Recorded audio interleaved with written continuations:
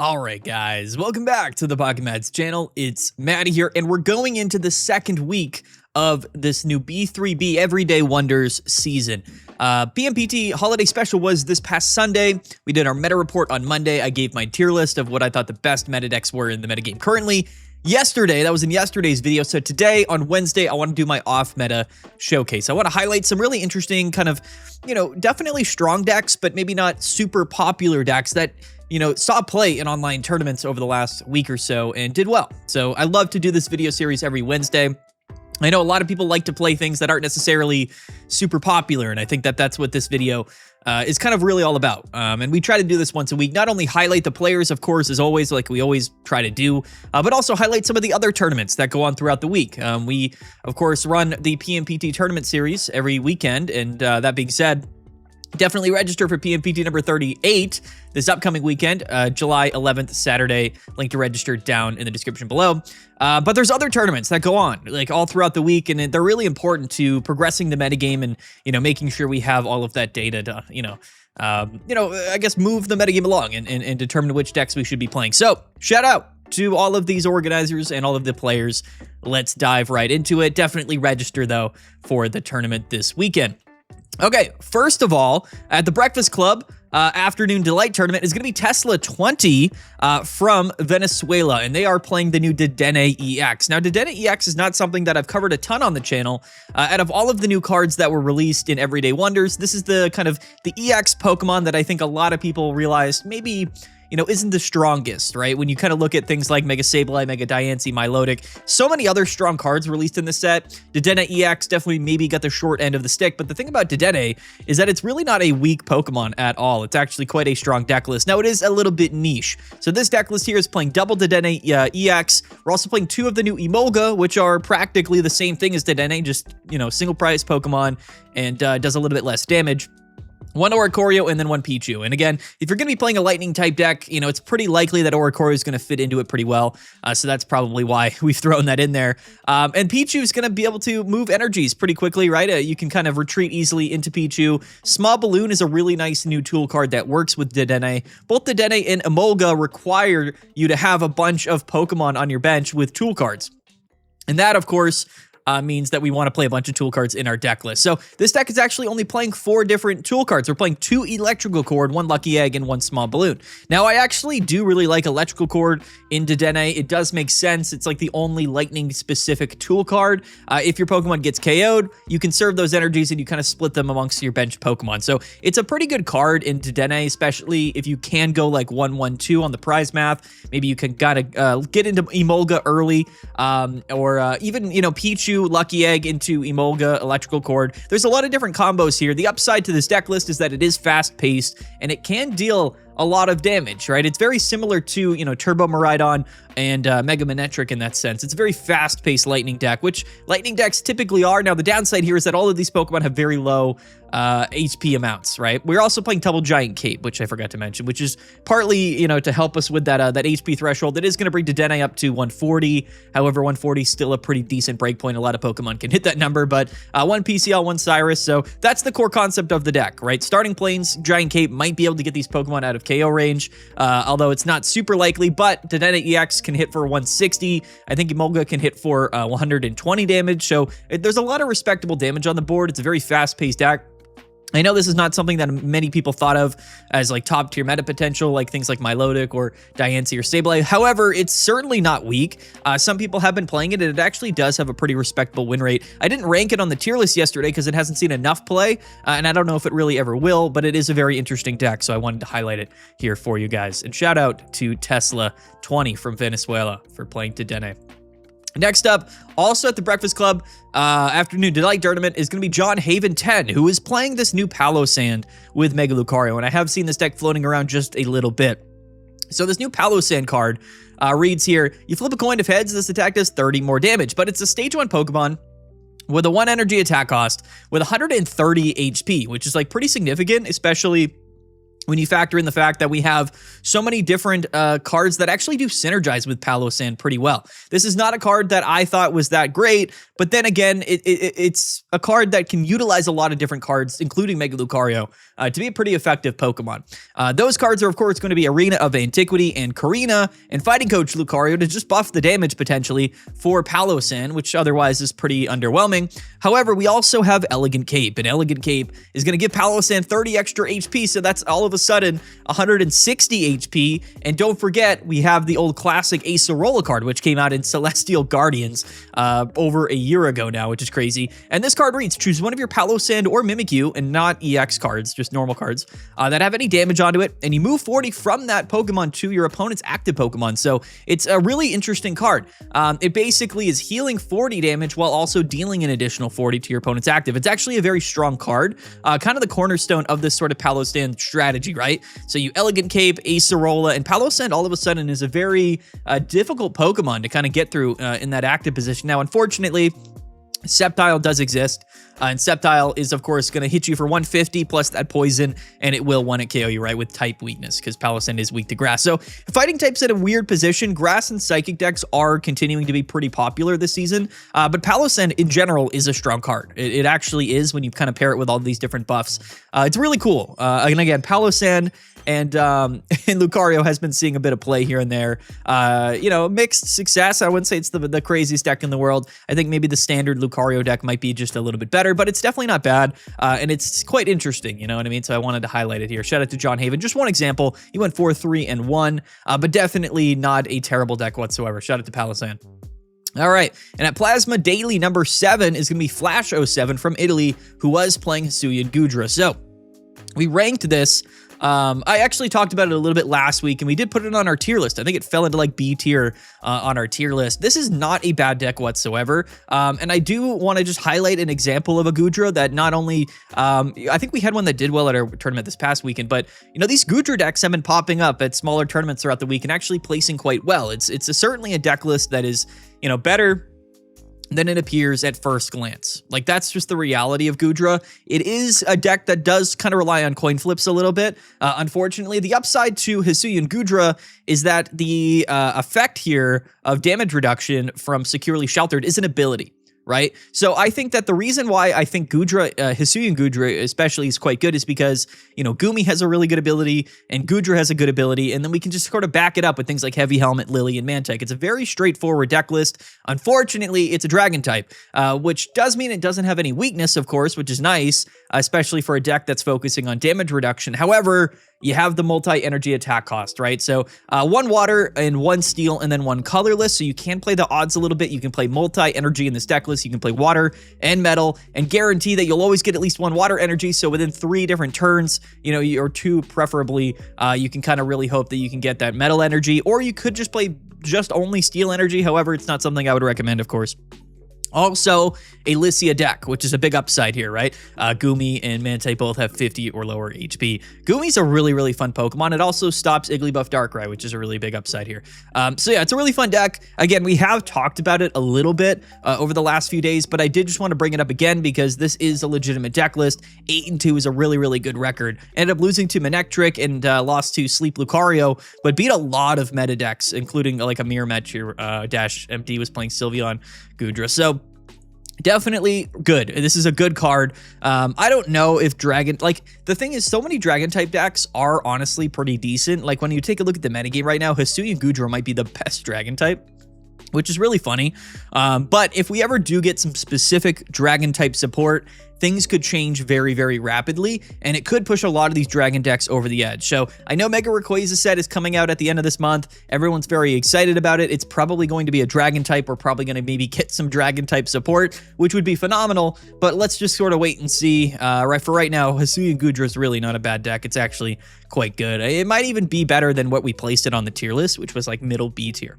But anyway, big shout out to Flash 07 from Italy. Love Hisuian Goodra. Next up is Seedax from the same Plasma Daily number 7. This is going to be a fun deck. This is Exeggutor with Butterfree.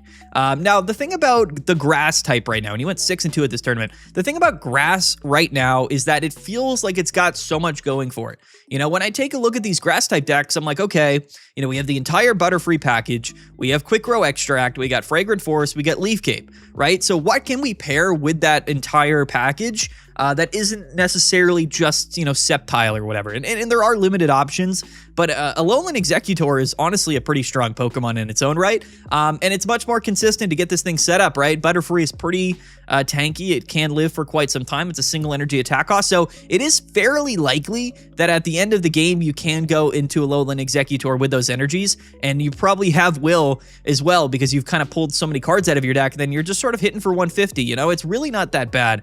It's interesting because there's not that many grass-type Pokemon that a lot of people would consider to be top-tier meta potential. I'm trying to think. I did try to play Butterfree with like Pinsir EX and Heracross like early on the season. It just wasn't as good as Sceptile, and I think that's just the thing, you know? No matter what we try to do with this entire Butterfree quick growth package, is that there's just nothing in the game currently for Pokemon Pocket that is good enough in comparison to Mega Sceptile. So I know that's going to be a little bit disappointing, but the package is here, the framework is here. So moving forward, really any grass type Pokemon that you wanted to play with Butterfree is probably going to be a pretty solid deck list. You don't have to worry about Oricorio as well, which I do love. It's just moving forward, you know, any new grass type Pokemon we get might just easily slot into this sort of, you know, entire archetype and be really strong. But I wanted to pull this up because it is kind of proof of concept. You know, theoretically, you can play whatever with the entire quick growth Butterfree package. And it's good, you know? I mean, again, it might not be as good as Sceptile, but it is good. And I find that to be, you know, at least a good thing, you know? Grass is such a specifically buffed archetype. It's really odd. You know, I don't know if any other type has the same amount of support. There's just so many like specific cards for grass types that are really, really good. But I really like it. So there you go. Alolan Exeggutor. Shout out to Cdax, who went 6-2, by the way. Lost to Turbo Maridon and Sleep Milotic, or sorry, Sleep at Altaria. But beat quite a few meta decks. Beat Manectric, beat Suicune, Baxcalibur, beat Hydreigon, beat Sceptile Greninja. So, you know, clearly able to beat some of the best decks in the metagame here with this deck, which is pretty cool. But next up at the Breakfast Club late night, number 5 is Kalba from the United States, who went 6-2-1 playing Rampardos Tyrantrum. That's right, just a complete fossil deck. And honestly, there's got to be some potential here. These fossil Pokemon, including Tyrantrum and Rampardos, are some of the strongest non-EX Pokemon in the entire game. Now, I think in previous seasons, Chingling was common enough for these fossil type decks to really not be great because, you know, Chingling item lock does stop you from being able to play the fossil from your hand. I always say this, they are item cards until you play them under your bench, so you can't play them from hand if you're under Chingling item lock. And that was a big defactor from playing, you know, these fossil decks in previous seasons. But, you know, this season, there's really not that much Chingling, now that I'm realizing it. Some of these Greninja decks, like Dark Greninja, are playing Chingling. But honestly, like the Sceptile stuff has kind of moved away from Chingling. Even the Greninja version isn't playing it. You know, Butterfree isn't playing it. So there's not that many decks playing Chingling right now. And Altaria, again, just not that common. So, you know, that being said, I think it's kind of as good of a time as ever to be playing these fossil-based deck lists. And we are going to be playing Meowth with this. So this is the Carefree Steps Meowth. So it's got a 50-50 chance of not taking any damage, of course, unless it gets hit by a sock, which then it will just take the 50 damage with weakness, guaranteed, which is important to note. But yeah, a double Skull Fossil, Jaw Fossil, Rampardos, Tyrantrum combo. Both have one middle evolution, each of them Cranidos, Tyrant, and then double rare candy. So if you don't know what Tyrantrum does, because I think historically Tyrantrum probably is less common than Rampardos, it did see a little bit of spot play after it came out. But this is a Pokemon here for 3 fighting energies and 150 HP. It does 100 damage, and if you have fewer Pokemon in play than your opponent, it does 80 more damage. It does 180. Which is crazy. That's an absurd amount of damage for 3 energies. And Karina here is here to bring that up to 210. Arena of Antiquity. This thing can hit for, I think, 230 damage, which is wild. And then Rampardos as well, which is, again, one of the best fighting type Pokemon of all time. I do think, again, if Chingling isn't seeing a lot of play, Rampardos is definitely one of the best fighting type decks that we have out there. It's just like, it's a super strong Pokemon, even though it is kind of hard countered by the Chingling item lock. Trust me, there's not a lot of decks in the game that are going to want to come in here to like a turn 3, turn 2, you know, Rampardos, a rare candy hitting for 160. It's a crazy Pokemon. A Tyrantrum is good. I don't know if it's as good as Rampardos. So specifically, fighting type and fossils are something that we really need to look at moving forward this season, especially, again, like I said, if Chingling isn't, you know, is going to continue to not really see much play. There's a lot of room here. I'm not saying this is the only way you need to be playing fossils. You know, there used to be Silvally Rampardos back in the day. I can't imagine that's a bad deck. I really can't. I actually thought about kind of testing Silvally a bit with the new, you know, what was it, with the new tool card. Because Silvally is going to be, you know, quite aggressive there. There's just a lot going on this season, and I think there's a lot of room for potential for some old stuff like this to really pop back up. And I think it'd be good for the fighting type, because fighting right now feels really just about, you know, it just kind of, I don't know, it feels all about Lucario, which does make sense because that's, you know, that's what they gave us. They gave us Lucario, but I do think Rampardos is a good card. So maybe we should play more Rampardos. That's my only, I'm just saying. There you go. And again, really cool deck. Fossil deck, 6-2-1 record, by the way. Lost to Sceptile Greninja, lost this week in Baxcalibur, but, you know, beat a lot of meta decks, which is really cool to see.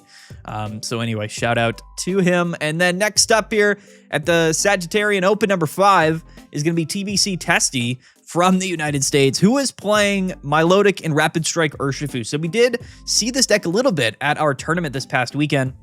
This is a cool deck. This is a very, very cool deck list. I don't know if it's like up there with, you know, Qianpao Milotic and some other ways that we're playing Milotic EX, but, you know, Rapid Strike Urshifu is a strong Pokemon. It is a very tough thing to kind of deal with. And coincidentally, it does pair pretty well with Milotic, like I will say.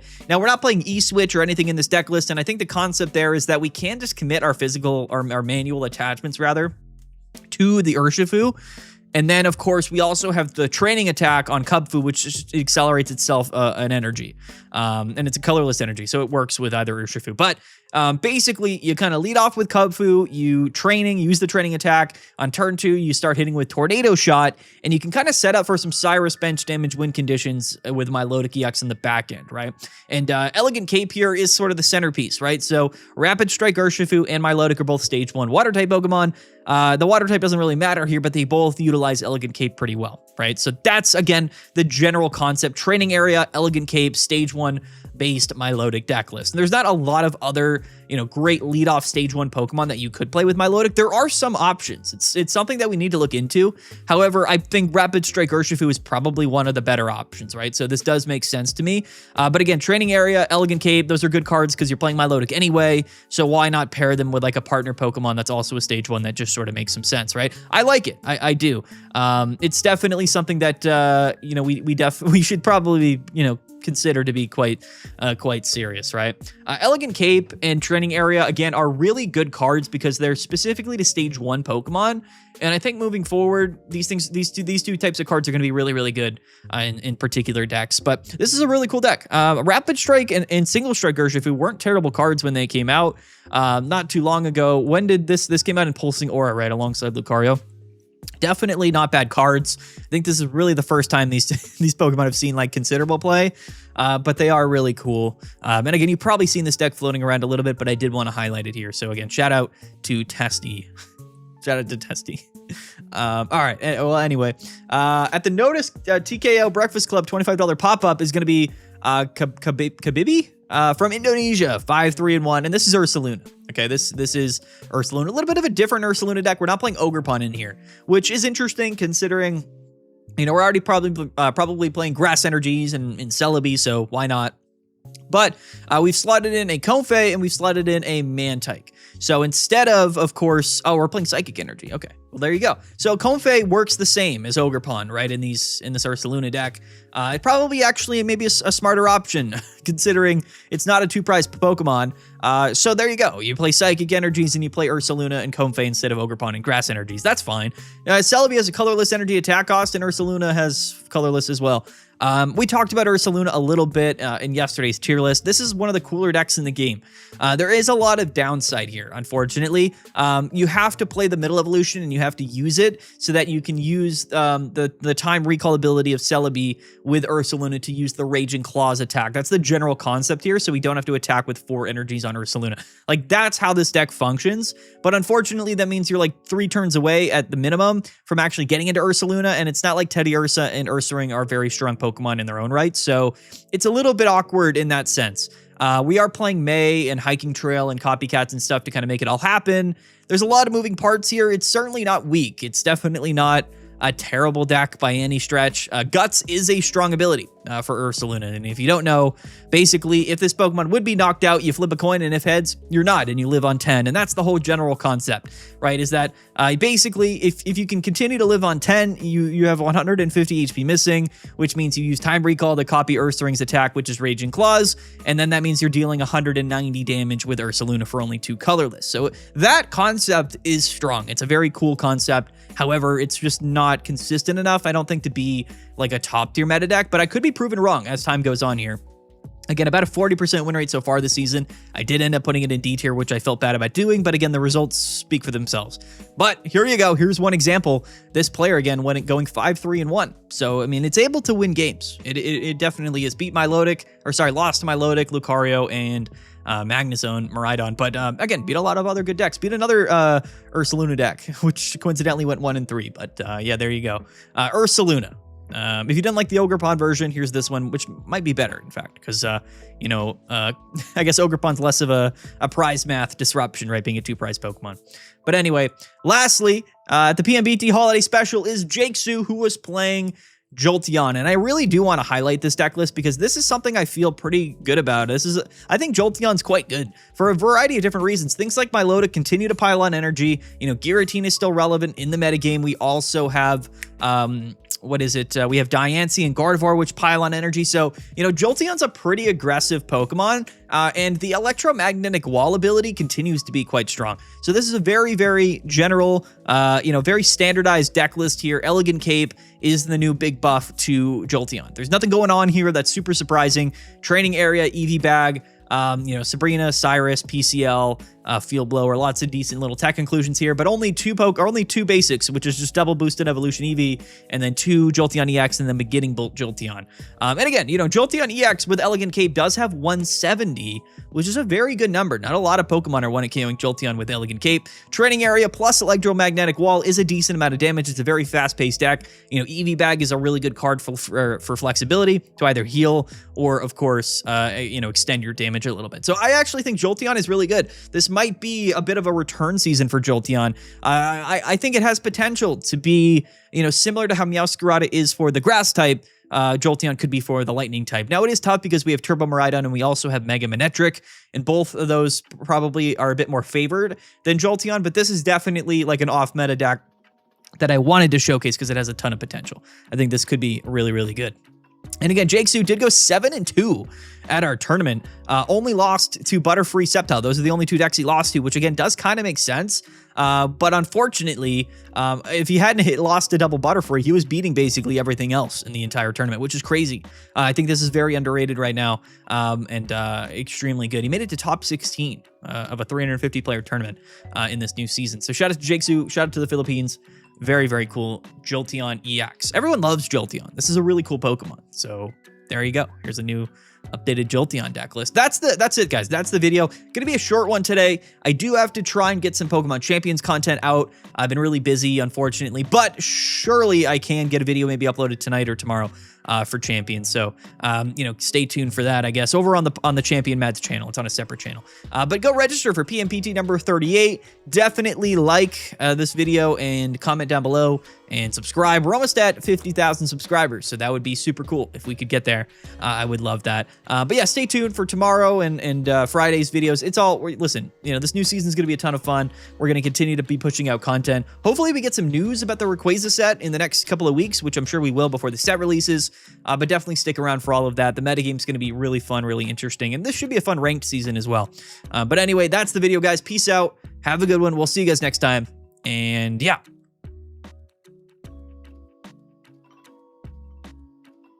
Bye.